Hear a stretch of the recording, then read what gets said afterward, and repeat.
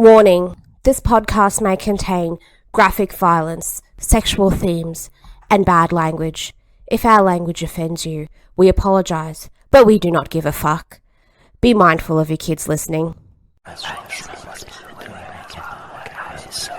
The Evil Never Dies podcast.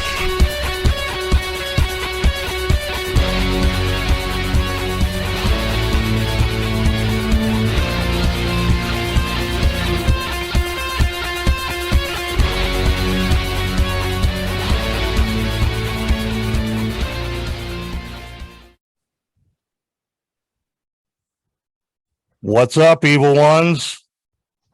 Thanks for listening to the Evil Never Dies podcast. I'm Brett here with Carl. What's going on, Carl? Same old shit, different day. Heat. That's Heat. what's going on. The hot. Yeah, somebody sent me a thing on Facebook. Their heat index was 122 degrees. They live up by Haslett. They ain't stopped me any. I walked 7-8 miles yesterday, so I ain't too worried about it, really. It's Well, Texas. I think this is episode 67. I have no idea. I lost track on 32. Well, it's actually the second episode of season 2. So if you want to keep track of it, There we go. So this is, yeah, I guess. Our anniversary special was episode 1 of season 2. Anniversary episode, I have negative thoughts on it. That was a cluster. I don't know what is on YouTube. I haven't even watched it. I'm scared to watch it. So I edited that thing for a week and it never would work. So then Brett had a shot at it, and it's been like a week it took to upload it, I think. So yeah, it took a while. I don't know, man. So yeah, that episode may not have been our best. Yeah, it probably could have been better. We probably could have. It could have been shorter, and we could have been more prepared for the YouTube part of it. We sit there, bragged about we're on YouTube, and then it was sort of a cluster. So things will get better. It was only our first YouTube episode, so what the hell? All right. Well, tonight we have a very special guest with us, don't we, Carl? Yes. We do, and it's not just me, because I'm usually the special guest. I am not the co-host. I am Brett's special guest each week.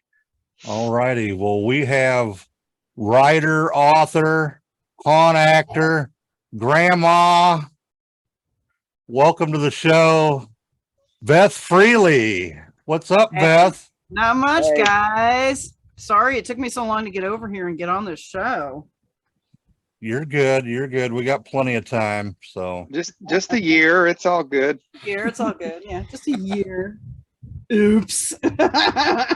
Was we actually doing this show during the haunted house? I don't think like we were. You were. I don't remember. Yep, we did a bunch of Halloween type episodes for around that time. So yeah, I remember that, but I don't remember the haunted house going on during it. So yes, well, to be fair, that Friday night you were pretty toasted, Carl. I may have been, but I still remember everything that happened that night. I witnessed the toasting, so well, we'll see if we can repeat that this year. Yeah, that was a fun night for sure. We had a blast. Well, Kate's planning on coming out this year, so I'm making her designated driver so I can party with you two. Awesome. Well, we got to get this thing finished. The heat sort of stopped us in mid build, so no new updates in the past month. That's all right. I saw what you guys turned out last year, so I know that even when it comes down to crunch time, you guys will have it finished. Well, it is twice the size now. Oh, nice. I like it. Am I still the last one, or no? Oh no! You're like in the middle now. Oh, nice. And you have a dining room as well. Ooh!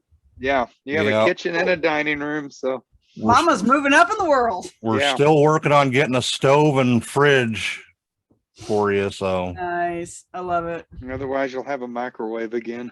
You guys spoil me rotten. It's great. Yeah, I'm gonna try to find a like an appliance repair guy or something that's got some old stuff laying around and see what I can figure out for that. That'll work. Yeah. So what's going on? How's the new book doing? Beyond the Steps of Stones is doing really well. I've gotten a lot of positive feedback on it. Everybody's enjoying the audiobook. I used the same narrator that I used for The Legend of Captain St. Pierre for it, and he did a fantastic job with it.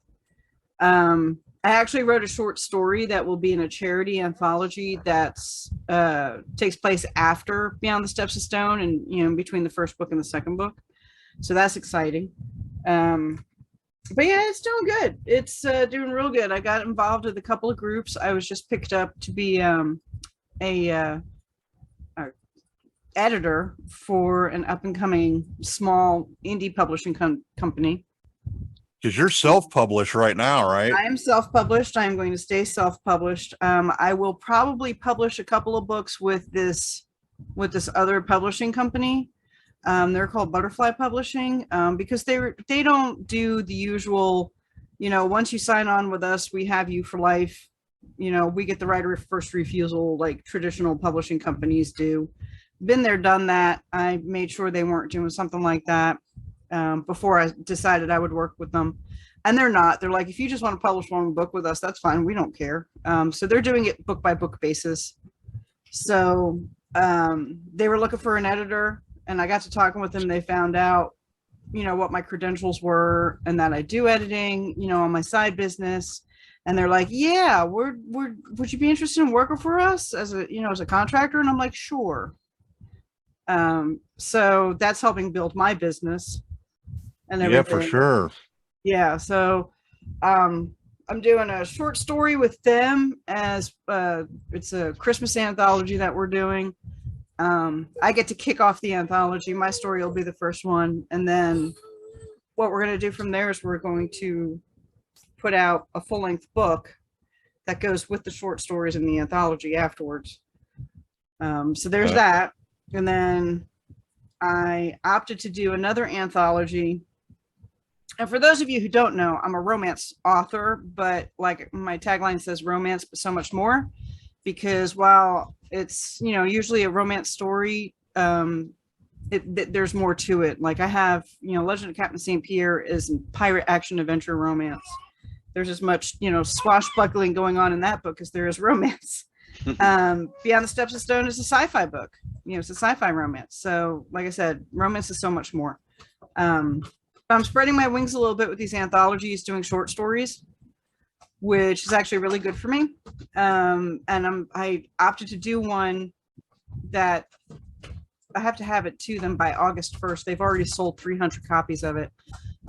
Really?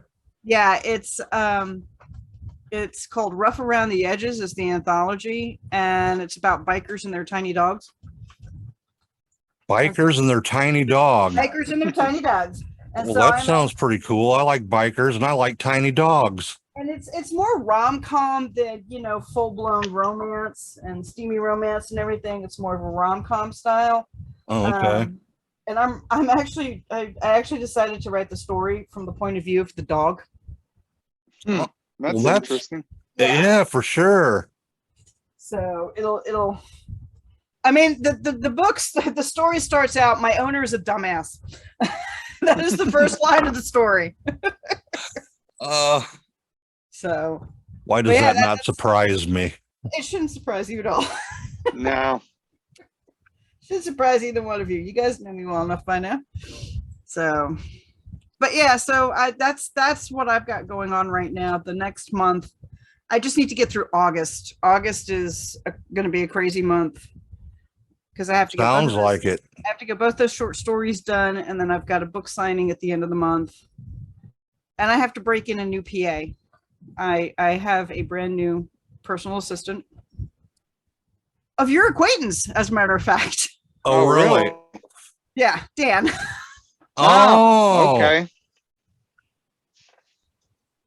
So Dan's your little bitch now. Dan is about to become my little bitch. Yeah, he's decided to move on from the game store, and I really need his help because I can't keep up with the marketing for my own books and my business and continue writing. And so he was like, well, he's like, is it something I can do? I said, it's something I could teach you how to do. And yeah, you can do it for me. And he's like, okay. So yeah, he's actually attending the book signing with me in August. So this will be fun. Well, that's good. Cool. Yeah, that's pretty neat. I'm looking forward to Where's it. that book signing at? The book signing is in Houston. Oh, okay. It is called Sultry in the City. Well, that's what it's going to be when you go down there in August. Yeah, so I think it's already that now. Better than here, I think. Yeah. Yeah, at least you get the ocean breeze down there. So. Well, we're not going that far, but yeah, we get some. It's actually going to be across from NASA. Oh, okay. Which originally I was gonna say let's go to NASA on Sunday. But since Dan is going with me and Kate and the baby are going too, Kate and I got to talking and we're like, nope, we're going to take Dan to the Family Business Brewery. So we're going to, on Sunday after the book signing, we're going to drive cross country, go to the Family Business Brewery, that's the brewery run by Jensen Ackles from Supernatural and the boys. Oh, and cool. You'll have some good brews and listen to some good music and just kind of chill. Well, where's that at now? That is in Dripping Springs, Texas. It's outside of Austin. Oh, okay. Yeah. So instead of just driving straight home on Sunday, we're gonna, do a little cross country tour. Have a Cool. little fun. Yeah. Are they going to have the car there and all that? They usually do. So when Kate and I went the first time, which was surprisingly enough after another book signing, they had 6 people there that had Impalas. These are fans that come with the Impalas from all over the United States. Yeah, I've heard about that. They've got them tricked out from top to bottom. One guy was showing us the John Winchester journal that they put together, and basically someone stopped every episode that they showed the journal in and looked at it and recreated the pages and everything. Via screenshots and stuff like that. I mean, I know I'm a fan, but man, these guys take it to a whole new level. Yeah, for that sure. show definitely has a fandom, as long as it was on the air. Yeah. How many seasons were there? 16 seasons? 15? Yeah, 15 seasons. 15 seasons and a prequel on the way. Yep. Yeah. And so Isn't there a movie in the works too? No, that's just a prequel show. But Jensen was not there the weekend that we stopped, but his brother-in-law Gino was. And one of the characters in Beyond the Steps of Stone was actually inspired by Jensen. And so, I had my books with me, so I left a copy. And when I went to go get my beers, Gino was working the bar, and he looked at me, he goes, hey, are you the Beth that just left my brother-in-law a book? And I said, yeah. And he goes, man, that has got to be one of the coolest fan gifts I have ever seen anyone leave Jensen. He goes, it's pretty cool to know that, his acting and him, has inspired a character. Such a nice guy, real nice guy to talk to. A lot of fun going down there. The vibe at the place is awesome. I mean, Kate and I spent like 3.5 hours just chilling, listening to music. Had pizza, tested out beers. They had like a little pop-up market going on, like a little pop-up craft market and stuff going on. And it was just such a great vibe. And I said to Kate, I said, I want to take Dan down there. So I think he'd enjoy it. And the beer's really good. Craft brewery or something they got down there? Yeah, it's all craft brew. And you I can like some craft brews, but I'm not really a big beer guy anymore. So you're able to do test flights. So basically, Kate and I, because she's old enough to drink, surprisingly enough. That's true. Yeah. It's a scary thought, isn't it? Yeah. So between the two of us, we tried 8 different beers. I think we tried, all of the beers that they had. And there were a couple that, she's not a big beer drinker, but there were a couple that both of us really liked a lot. Cool. So yeah, so we came home with a 6-pack of that. So After that, things will slow down a bit for me, which I kind of need. Yeah, it sounds like it. Yeah, I won't have another book signing until December. There was a Halloween one, but I'm already committed to something else for Halloween. Well, if you can make money off of it, we can just record your mama voice and No, it's not the same without Mama. You know it. No, it's not. Besides, somebody's got to keep an eye on you too. so the new book, why don't you tell us a little bit about it?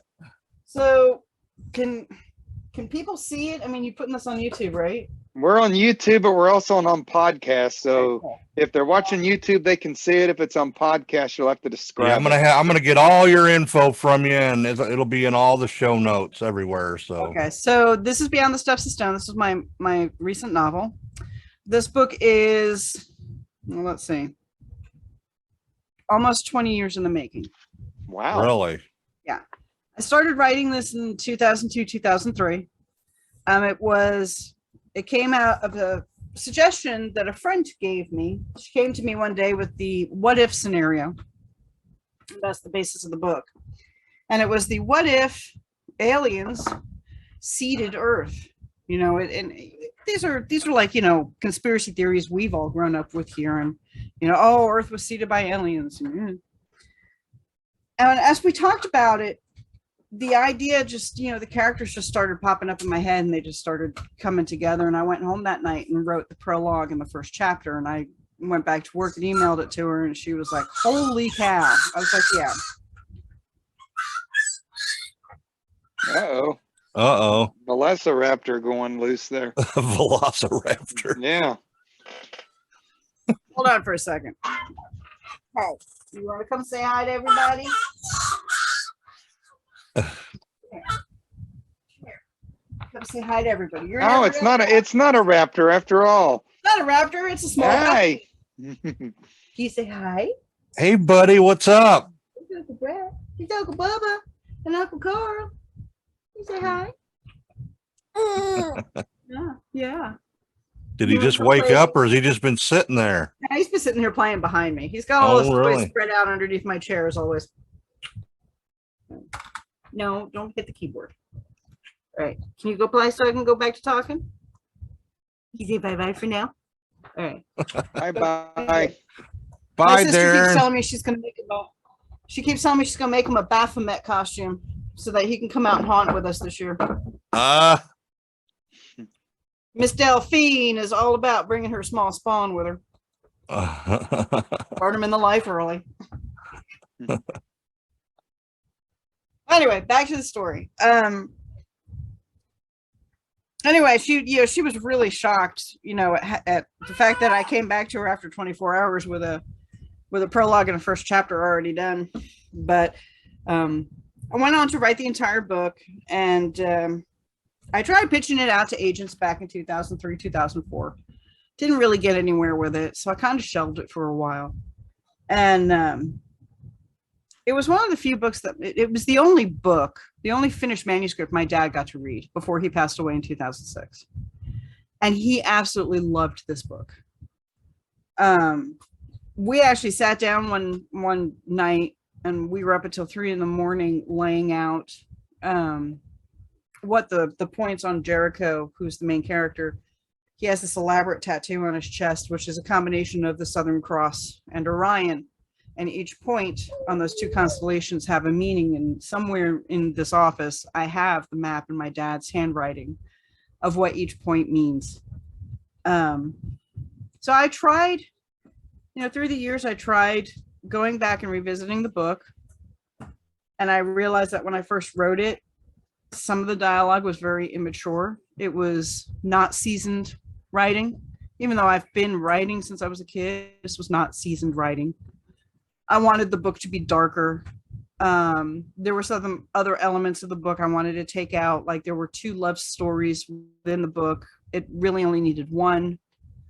I changed a couple of the characters' names. I changed the sex of one character completely from female to male.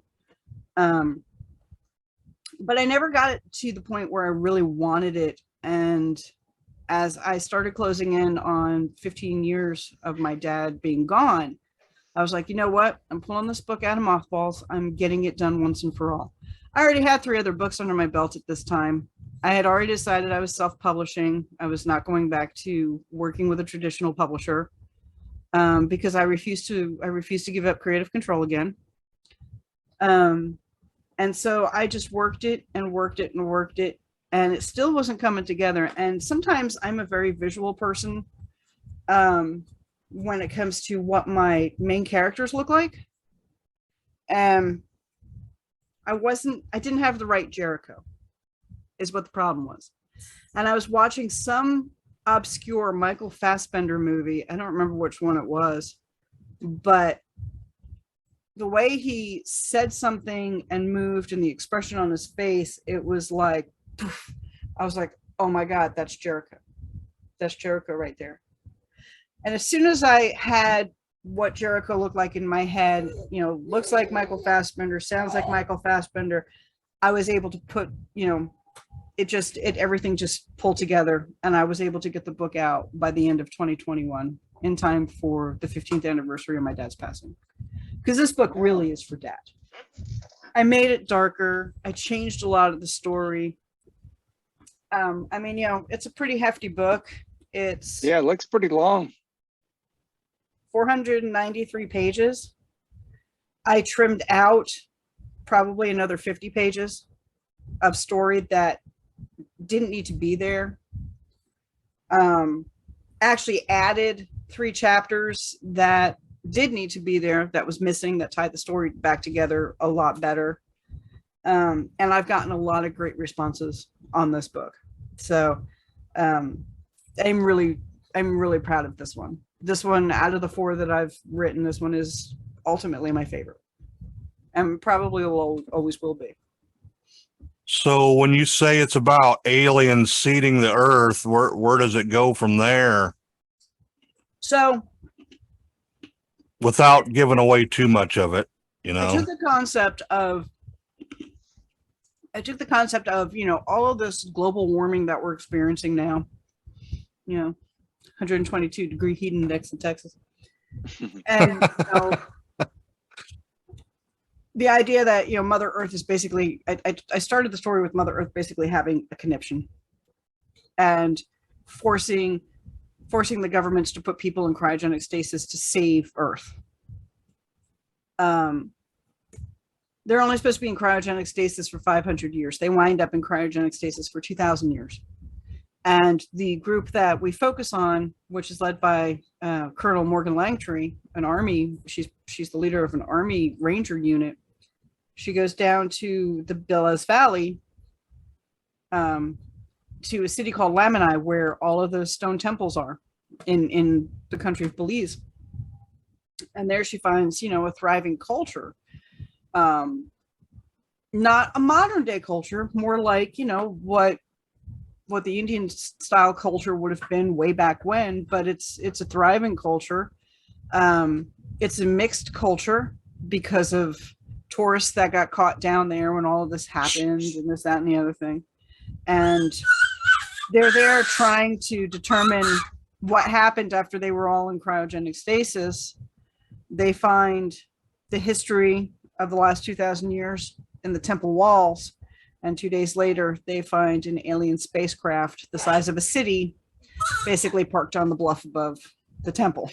Wow. Okay. Cool. And there's proof that, there's their proof that aliens do exist.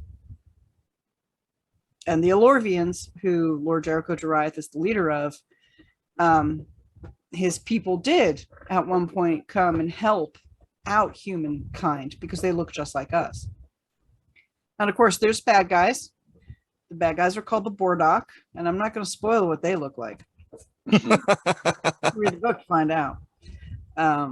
But yeah, so this story just grew and grew when I first started writing it. And like I said, as I went back and reread a lot of it, I'm like, man, some of this is just so immature. This is not what would happen. This is not, this is not how Army Rangers would act.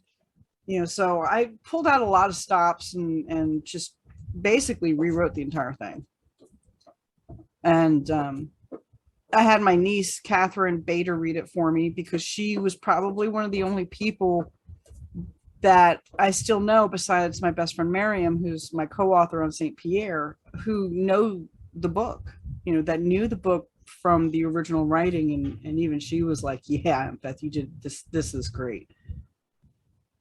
So yeah, so that's beyond the stuff. So like I said, it's romance, but it's a sci-fi romance. It's post-apocalyptic, and alien romance, and I entered it in a contest at the beginning of the year and won first place in the romance sci-fi category and second place in the sci-fi alien and alien invasion category.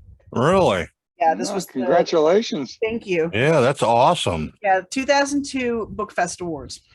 So I haven't entered in another contest, but I won't know about that one until sometime next year. Well, That's pretty good neat. luck. Thanks, guys. I appreciate it. Very proud. Yeah.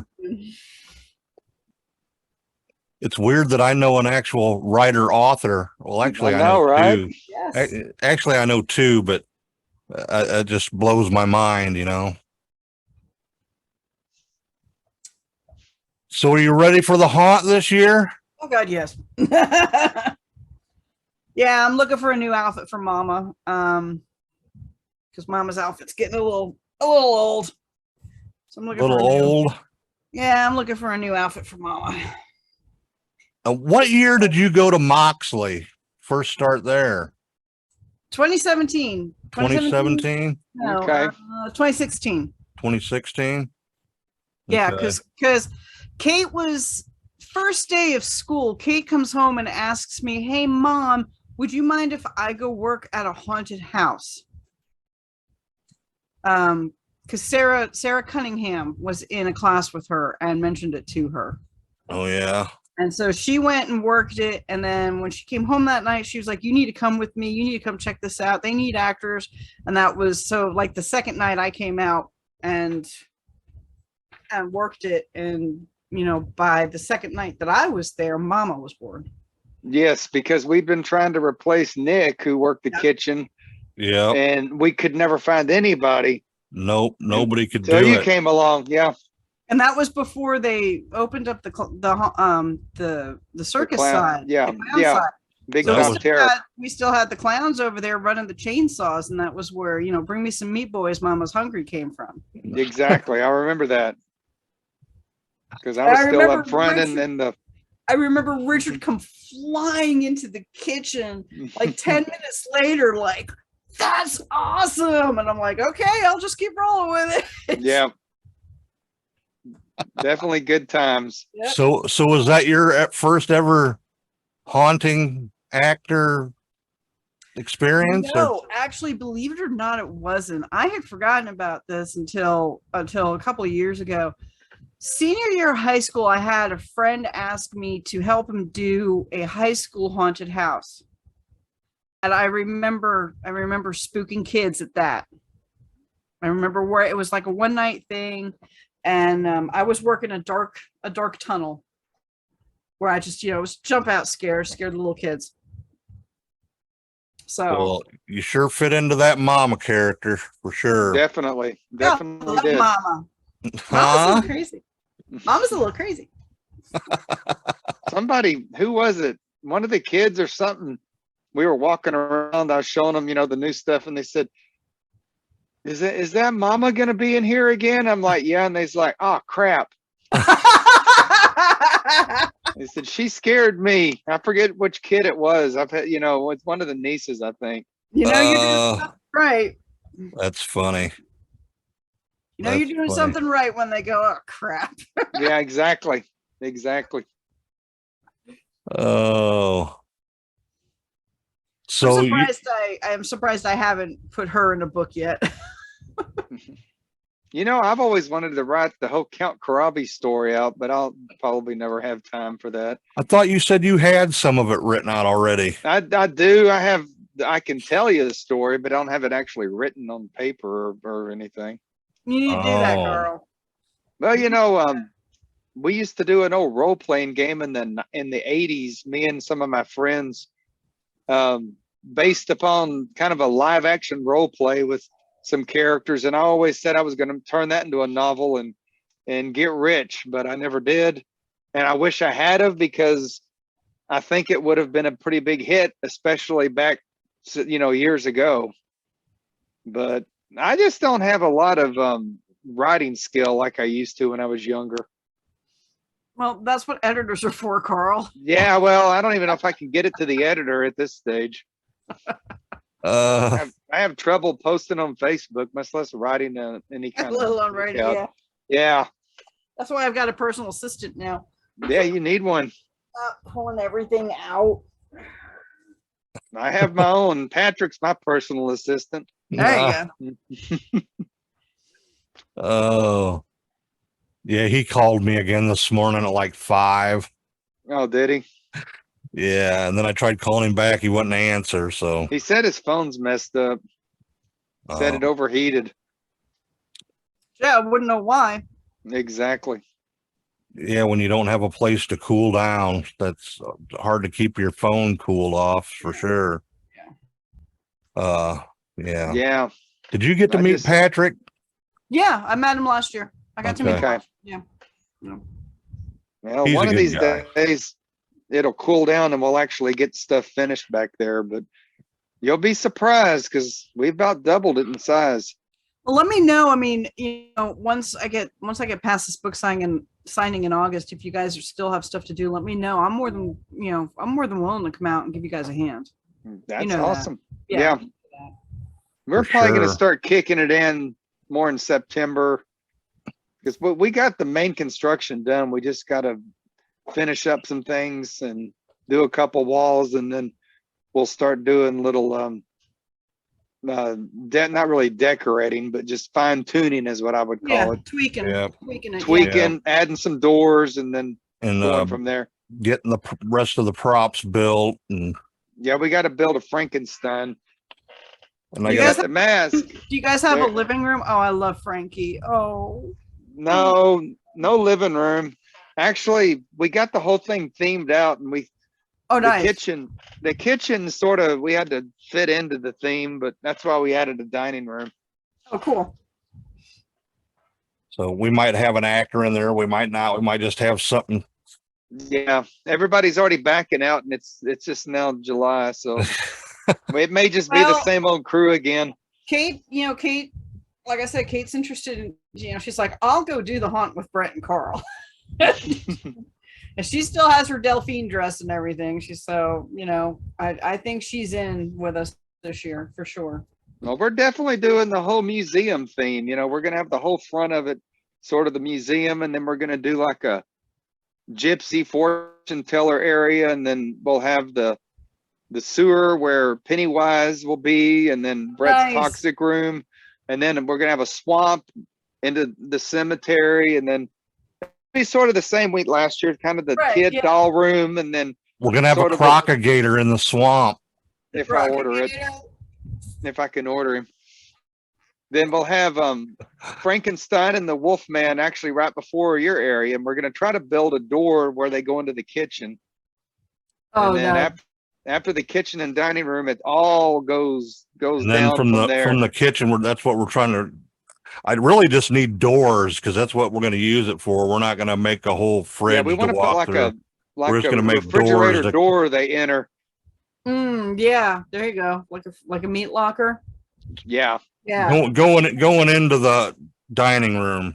yeah. And then from the dining room, it's going to be the catacombs. We're going to call it. It's going to be sort of like a maze, and then kind of the crypt, which will have a bunch of skeletons, and that'll finally lead them into the vampire room at the very end.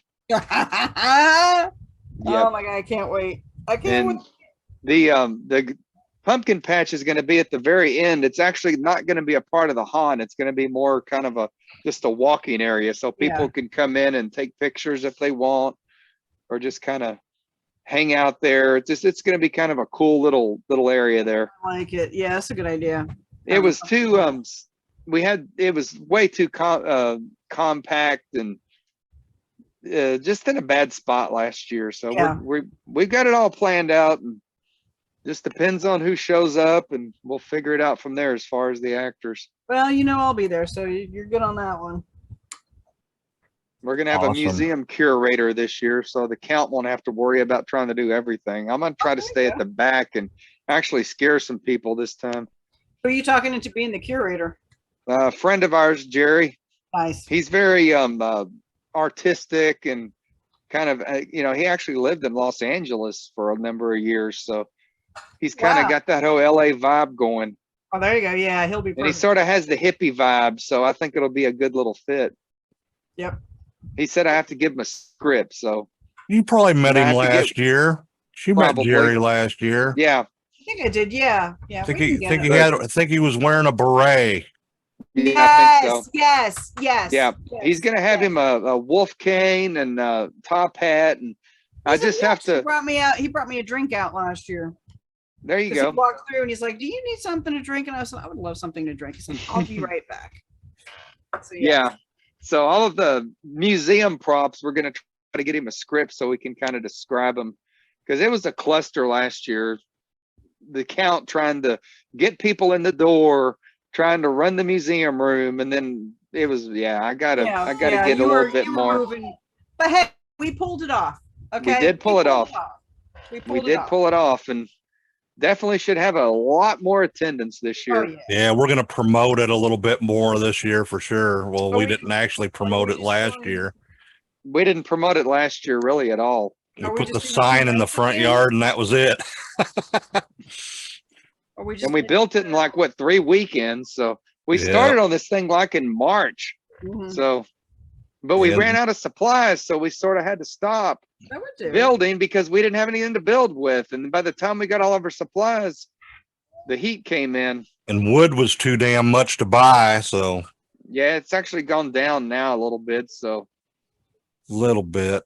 We're gonna be we need to order that alligator, and then soon as Home Depot and everybody gets skeletons, I'm gonna be buying about $200 worth of skeletons for the catacombs and crypt.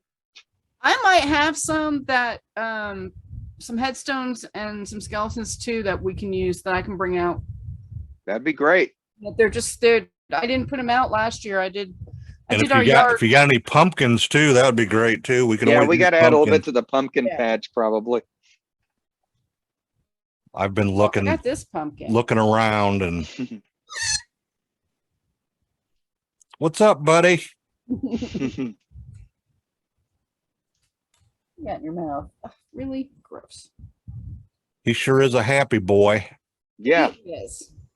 He is. He makes Mima's life real easy. Yeah. Well, do you got anything else to add? You want to say, Beth, or? Buy my books. Yeah. Buy my audiobooks. You can find all of my stuff on my website at Beth Beth and Anne Freely FREELY.com. You'll find a whole bunch of stuff there. All my media stuff is on there. My books are on there. You buy them off of me, you get them autographed. I will mail them to you autographed. But yeah, that buy my books, help a starving artist out.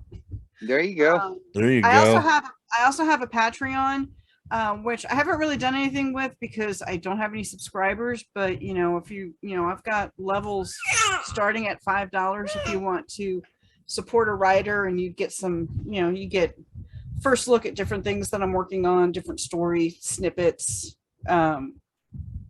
stuff like that from me, podcasts that you won't find anywhere else.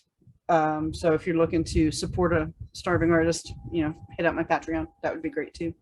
What's that Task Force Geek you're with? Task Force Geek is a podcast group that I got started with through an ex-coworker of mine, Walt.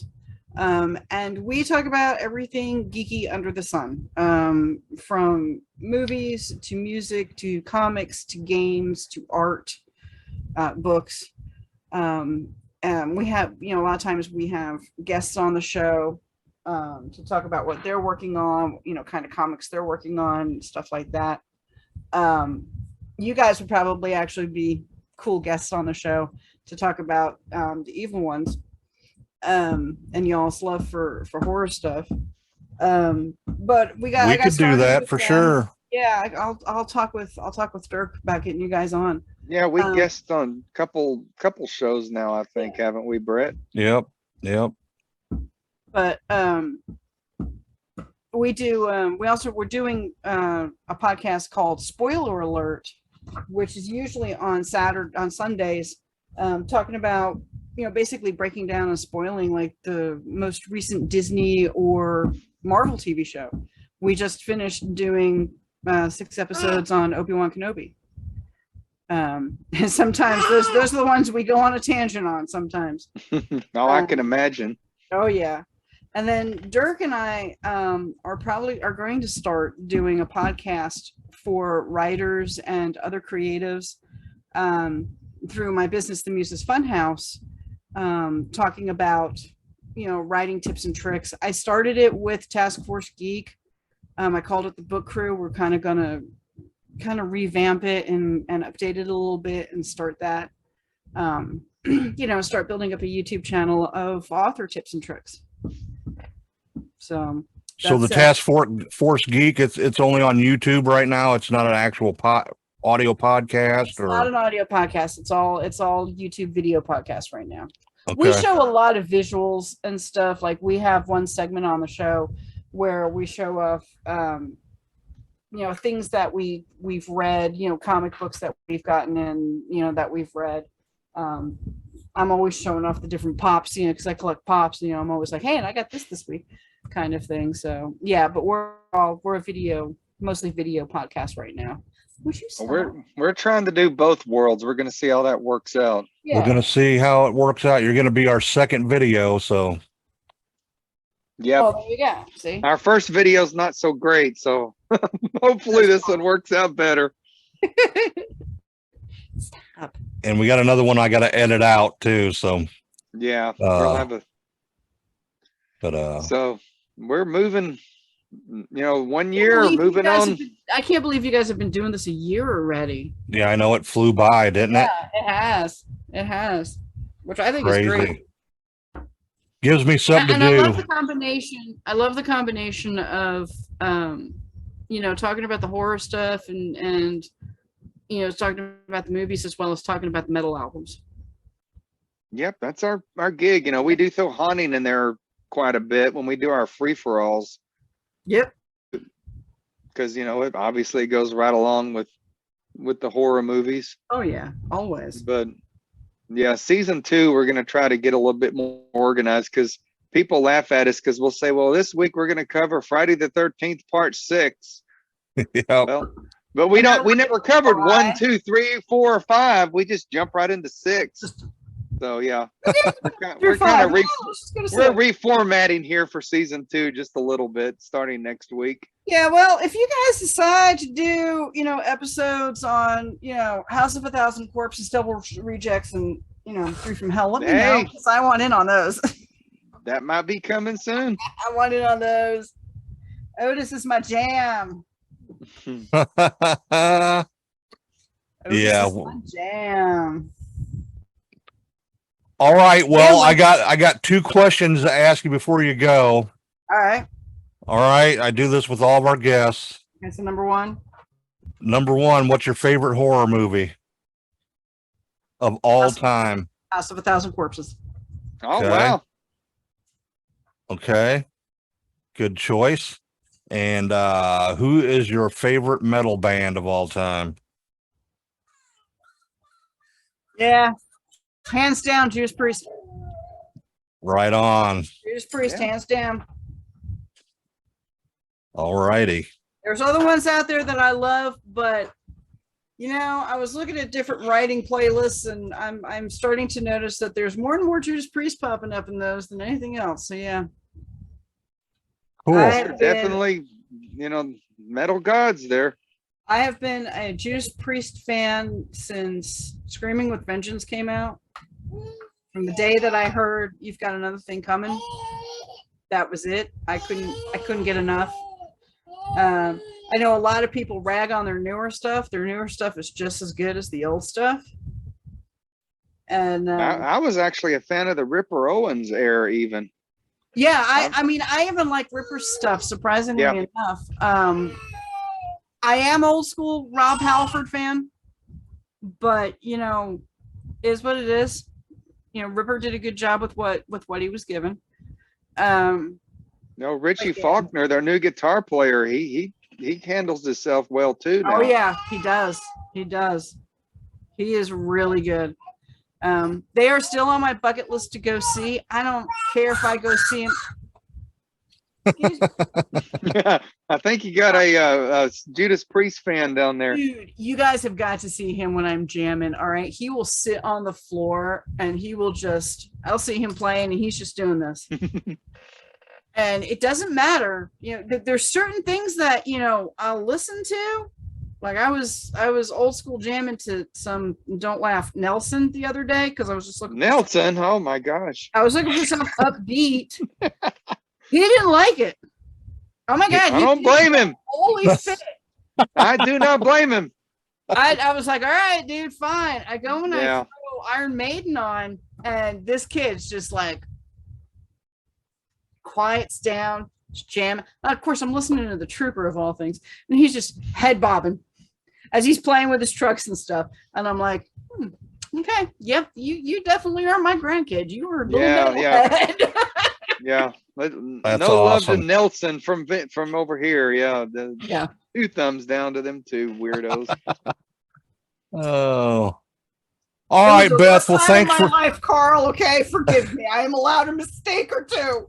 Hey, I started out in the glam rock world, and there's some of them bands I still love to this day. Yep.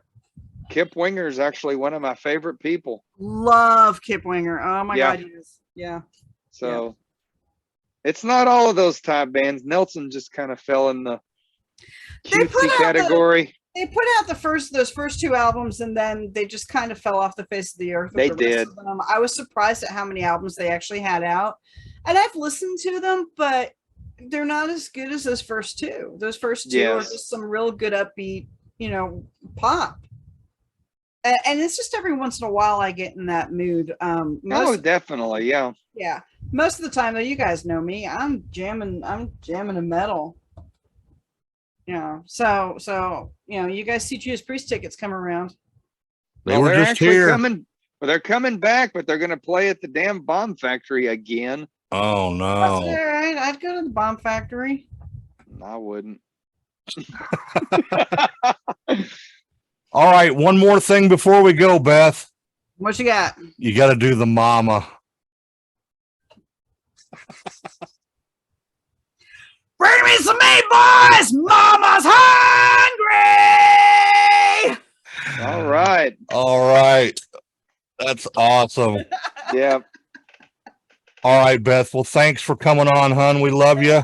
Thanks for having me, guys. I love you both today. I'm gonna put all your info in the show notes of the show, and thanks for coming on, hon.